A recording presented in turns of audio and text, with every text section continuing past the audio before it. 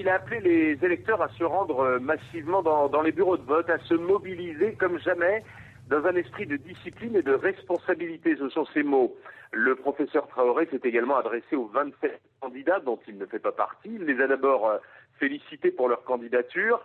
Il leur a demandé de respecter le climat paisible qui a régné pendant la campagne et donc, en cas de contestation, il leur a demandé de n'envisager que les recours légaux. Et puis le président de la transition a souhaité bonne chance aux candidats.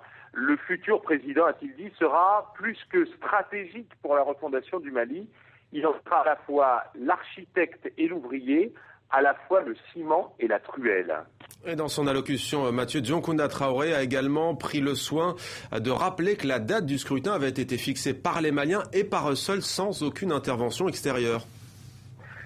Oui, c'est une façon de répondre une nouvelle fois aux polémiques autour de l'organisation du scrutin. On se souvient que pendant la campagne, l'un des candidats qui s'est finalement retiré avait accusé la diplomatie française d'être l'organisatrice du vote.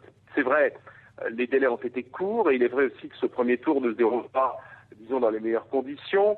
D'abord, c'est important, on est en plein ramadan.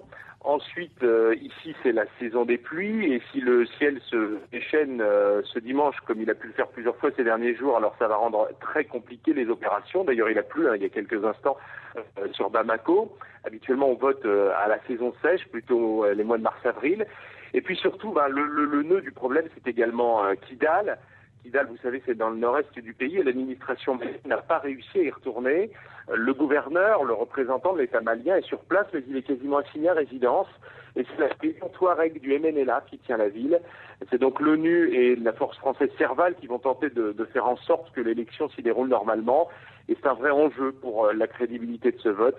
Vote qui démarre donc tout à l'heure à 8h heure locale, vous le disiez. Fermeture théorique, 10 heures plus tard, fermeture des bureaux de vote à 18h. Mathieu Vendredi.